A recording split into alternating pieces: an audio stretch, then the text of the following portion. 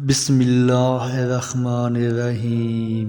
اللہ کے نام سے شروع جو بڑا مہربان اور نہایت رحم کرنے والا ہے۔ تمام دوستوں سے گزارش ہے ایک بار درود شریف پڑھ لیں۔ نبی کریم صلی اللہ علیہ وآلہ وسلم نے فرمایا، جس نے مجھ پر ایک بار درود شریف بھیجا اللہ تبارک و تعالی اس پر 10 بار رحمت فرماتا ہے۔ تمام ناظرین اور سامعین کو قصہ بشریت کی جانب سے السلام علیکم ورحمۃ اللہ وبرکاتہ۔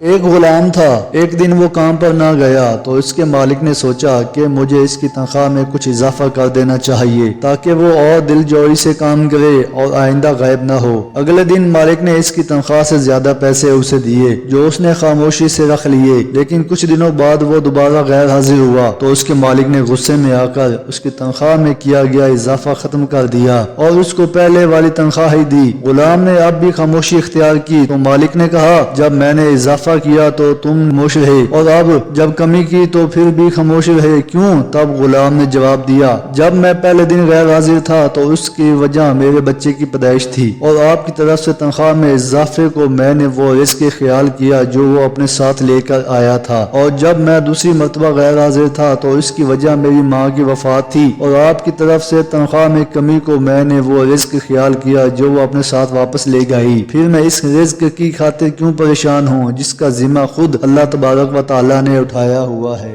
اگر ہماری آج کی ویڈیو اچھی لگی ہے تو چینل کو شیئر اور سبسکرائب کرنا نہ بھولیں۔ تب تک کے لیے اپنا اور اپنے پیاروں کا خاص خیال رکھیں۔ تو پھر ملتے ہیں کسی نئے قصے کے ساتھ، تب تک کے لیے اللہ حافظ۔